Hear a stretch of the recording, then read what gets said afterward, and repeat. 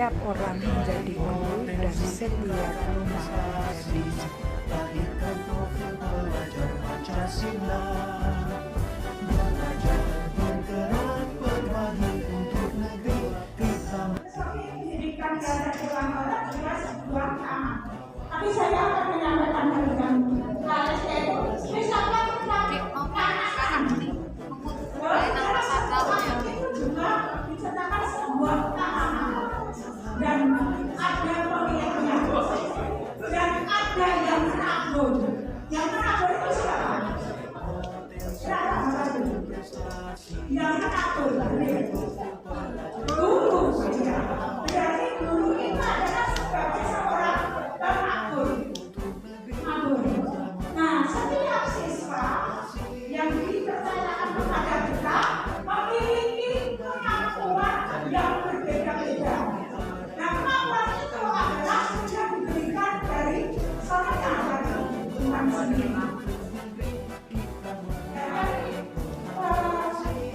Kemampuan dan bakat itu kita tinggal mengolahnya. Ada yang kalau kita lihat tanaman itu menabur benih, ada yang jatuh di tanah yang kering, ada yang jatuh di tanah yang subur, ada yang jatuh di tanah di bebatuan, ada yang jatuh di tanah asmaran.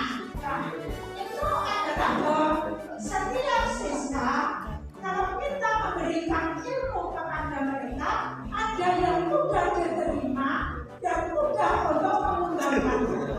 Nah, itu kalau kita menabur benih kepada siswa pada tanah yang subur, termasuk anak yang berprestasi, tetapi juga berkualitas. Prestasi di sini tidak hanya pada ajunya, tetapi ketiga-tiganya. Itu adalah kita menabur ke tanah yang subur. Pada dasarnya adalah bahwa setiap siswa itu memiliki kemampuan. Karena Tuhan telah memberikan kemampuan kepada setiap orang. Nah, tinggal kita sebagai guru adalah tadi sudah disampaikan sebagai fasilitator, sebagai model. Nah, bagaimana kita akan mengolah itu semuanya? Nah, kalau kita benar itu jatuh pada tanah yang kering, tanah yang kering itu adalah tanah yang apa ya? Istilahnya yang kemarin kita pada bersama-sama sudah diberi pupuk, sudah diberi air disiram, tetapi tidak mau berkembang. Padahal mereka juga memiliki kemampuan yang sama. Nah, itu kalau benih itu jatuh kepada siswa yang tanahnya kering. Nah, bagaimana kalau benih itu jatuh pada tempat yang berbatuan? Secara otomatis benih itu bagaimana? Mereka jepit-jepit dengan batu itu. Nah, kalau jepit-jepit katanya apa? Nanti bagaimana seorang guru untuk membangkitkan benih itu supaya sembuh? Bisa tumbuh dan berbuah dan berbuah. Itu kalau benih itu jatuh di bebatuan. Yang ketiga adalah kalau benih itu jatuh di aspal, gimana? Kenapa tak jadi langsung mati? Nah, bagaimana kita akan bersama-sama untuk mengembangkan dan menunjukkan benih itu supaya benih itu menjadi tumbuh berkembang dan berbuah. Nah, berbuahnya di sini bukan rasa berbuah, tetapi berbuah yang manis dan berkualitas. Seperti jeruk, buahnya dari luarnya bagus, tapi kalau sudah dikupas gosong, ya tidak bisa dimakan.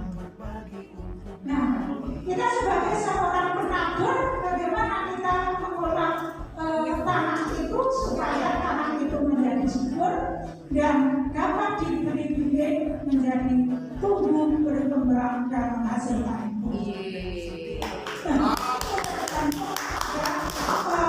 Penaburnya, kreativitas dan kemandirian juga tanggung jawab kita dipercaya oleh Tuhan untuk mengembangkan talenta maupun kemampuan siswa. Itu yang lanjut Pak.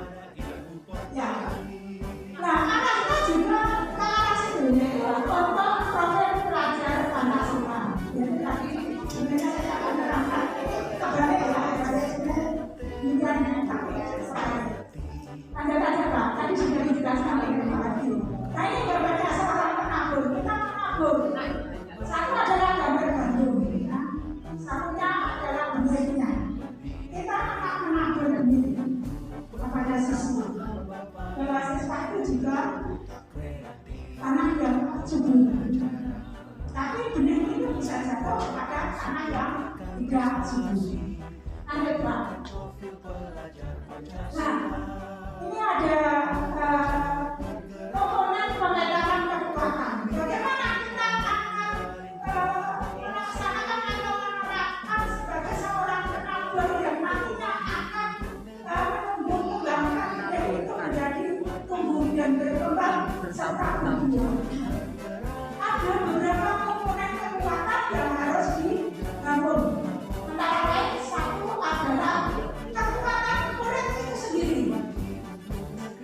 Sejauh mana kekuatan setiap siswa itu?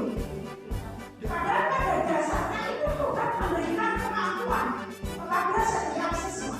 Tetapi kekuatan setiap siswa itu tidak sama, tergantung daripada pusat pendidikan tadi. Yang utama adalah di dalam keluarga. Yang kedua adalah bagaimana kekuatan dari kelompok kita akan kerja bersama-sama. Ternyata seperti ini juga sama-sama gitu. Ini adalah merupakan suatu kekuatan. Yang berikutnya adalah dari kita semua, seorang pendidik, dan juga ada lingkungan. Lingkungan di sini kalau lingkungannya juga sudah asli, tanamannya juga sudah bagus, tempat sampahnya juga sudah bagus, hanya penerapan budaya positifnya di sini belum. Dan itu bagaimana kita akan menerapkan budaya yang positif sehubungan dengan lingkungan sekolah. Berikutnya adalah dari lembaga-lembaga yang lain, ada dukungan dari lembaga-lembaga lain. Misalnya contoh, dulu sudah pernah ada pelaksanaan belajar di luar sekolah. Di luar sekolah seperti di SMA, salam belajar apa ya Mas ya? Belajar keterampilan gubernur kelihatannya, belajar memasak ya, buat apa itu? Manisan ya, di SMK salam ya, itu adalah kerjasama dengan lembaga-lembaga yang lain. Itu adalah salah satu kekuatan juga untuk di dalam mengembangkan kemampuan siswa. Lanjut Pak,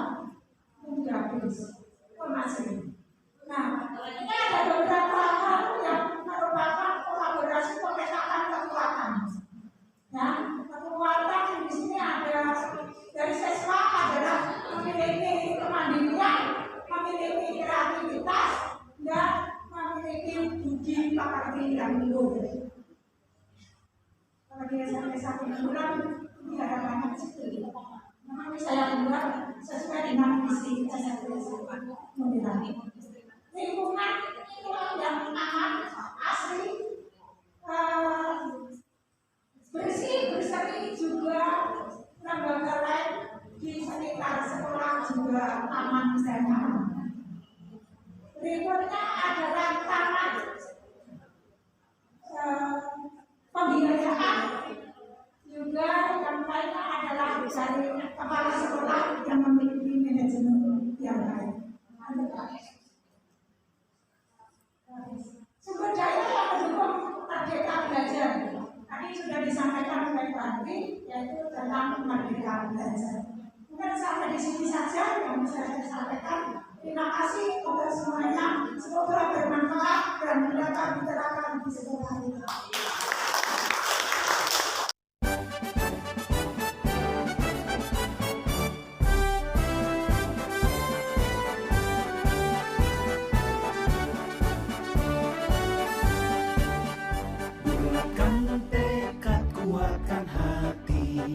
Negeri ini memanggilmu kawan, belajar bergerak berbagi untuk negeri, guru penggerak majukan pendidikan, guru penggerak menghamba pada murid, kreatif rancang pembelajaran, hargai potensi tingkatkan prestasi, lahirkan profil pelajar Pancasila. Belajar bergerak berbagi untuk negeri.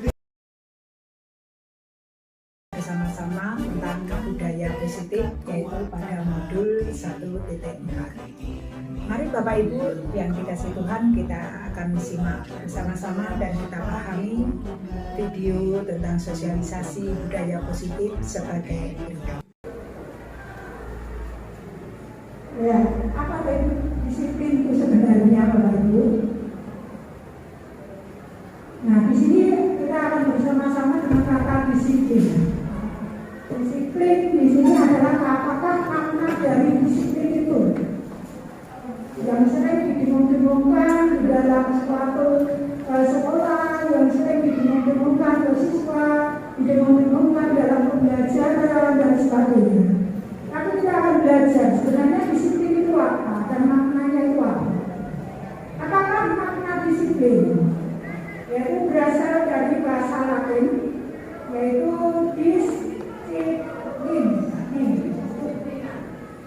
Bahasa Latin itu membacanya adalah sesuai dengan hurufnya.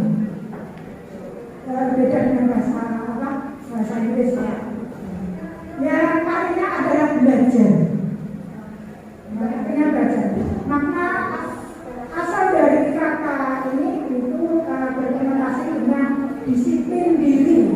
Disiplin diri. Tadi sudah dijelaskan maknanya dari tadi, yaitu untuk menuju pada diri kita, diri kita. Untuk menyadarkan bahwa disiplin itu adalah tumbuh dari diri kita, diri manusia itu sendiri.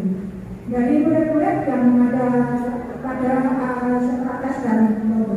Yang kedua adalah disiplin diri membuat orang itu menggali potensinya menuju pada sebuah tujuan apa yang dihargai, yaitu menuju pada hal yang mulia, bukan merupakan suatu paksaan, bukan merupakan suatu hukuman, bukan merupakan suatu keharusan dan sebagainya, tetapi itu adalah yang menimbulkan pada diri sendiri dan nantinya adalah begitu saya lakukan adalah sesuatu yang dihargai, yang berharga dan menuju pada hal yang mulia.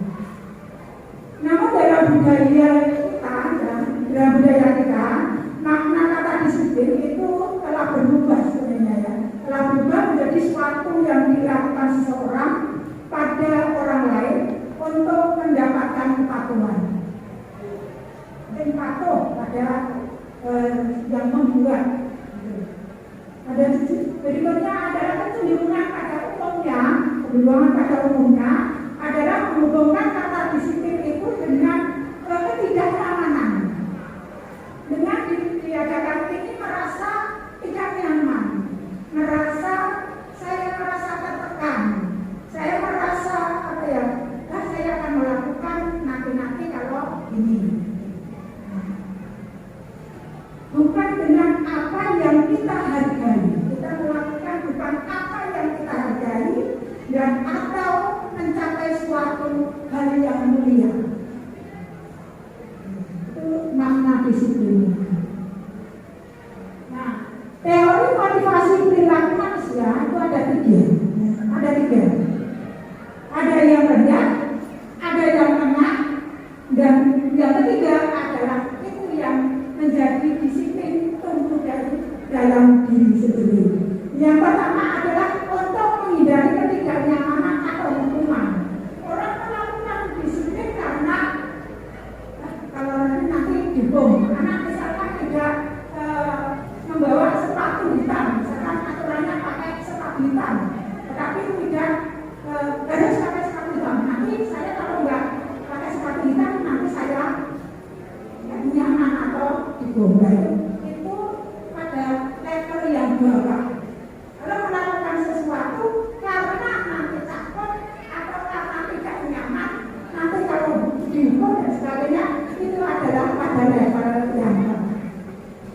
Yang kedua adalah untuk mendapatkan imbalan dari seseorang. Saya melakukan ini atau saya menjalankan pola tugas dan lain-lain supaya nilainya bagus. Saya melakukan disiplin ini supaya saya mendapatkan pujian, atau saya melakukan ini supaya saya mendapatkan hadiah. Jadi motivasi yang dilakukan hanya karena imbalan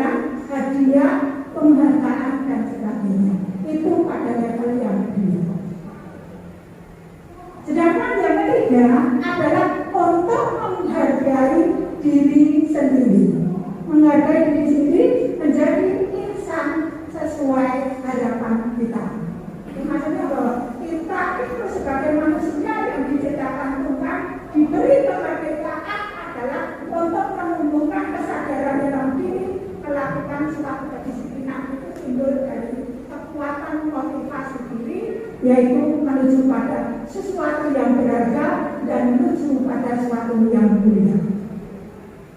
Ini pada level 3. Ya, jadi orang nantinya adalah arahnya pada yang ketiga. Nah, arahnya pada yang ketiga. Kalau yang pertama itu, kalau pada yang pertama itu adalah mayoritas dilakukan dimotivasi dari eksternal, dari luar. Seorang membuat sesuatu terus baru melakukan. Nah, yang kedua juga dipengaruhi motivasi dari eksternal. Sedangkan yang ketiga itu adalah motivasi internal. Tujuannya adalah disiplin yang positif yang timbul dari dirinya sendiri.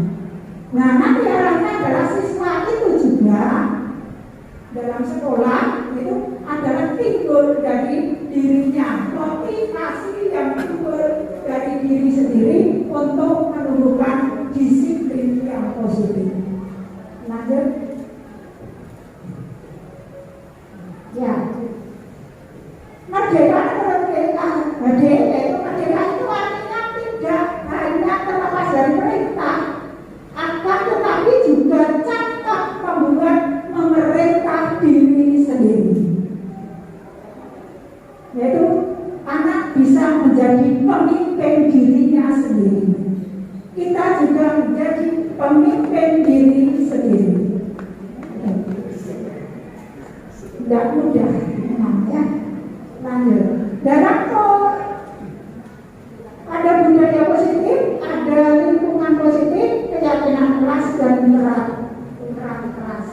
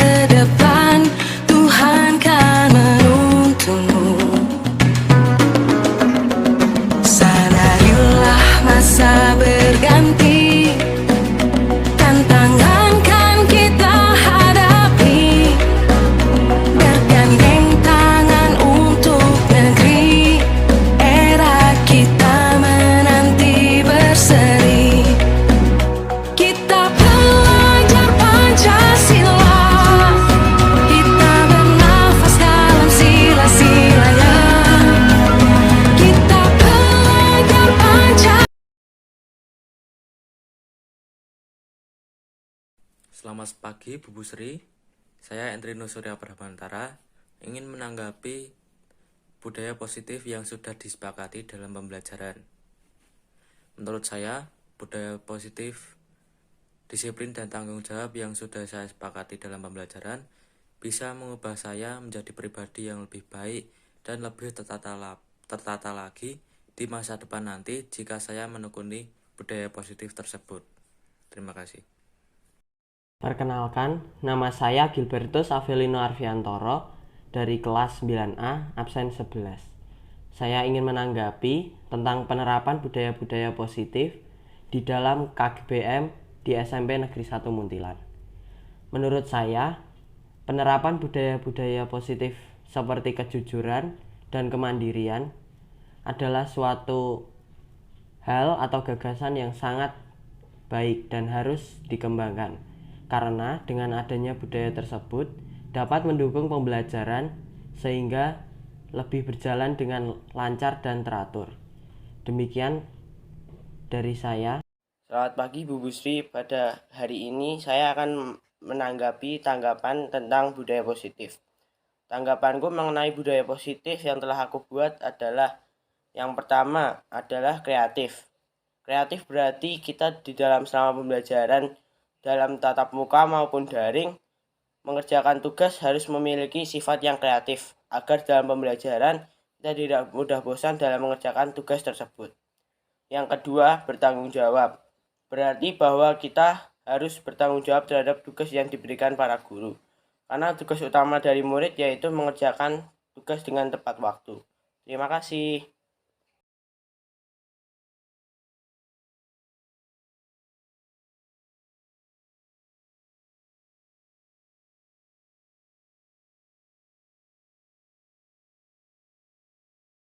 Demi bakti pada Ibu Pertiwi,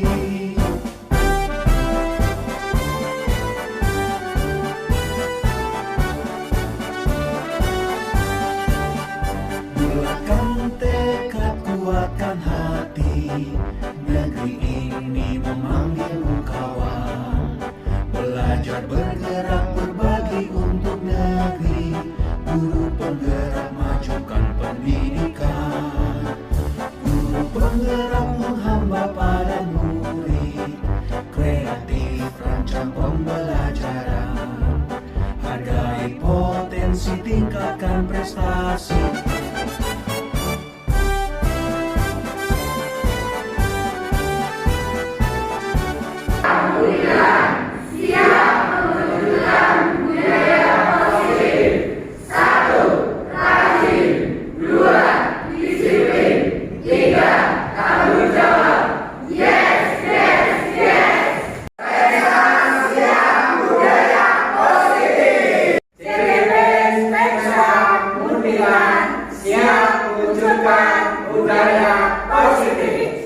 Demikian yang bisa saya sampaikan sehubungan dengan sosialisasi modul 1.4 sehubungan dengan budaya positif. Semoga bermanfaat untuk Bapak Ibu di dalam mengembangkan dunia pendidikan dan di dalam menumbuh kembangkan kemampuan peserta didik menuju cita-citanya yang lebih baik. Dan mari kita bersama-sama membantu putra-putri kita, peserta didik kita yang Tuhan percayakan kepada kita di dalam mencapai cita-citanya menuju Indonesia maju. Tetap semangat dan salam sehat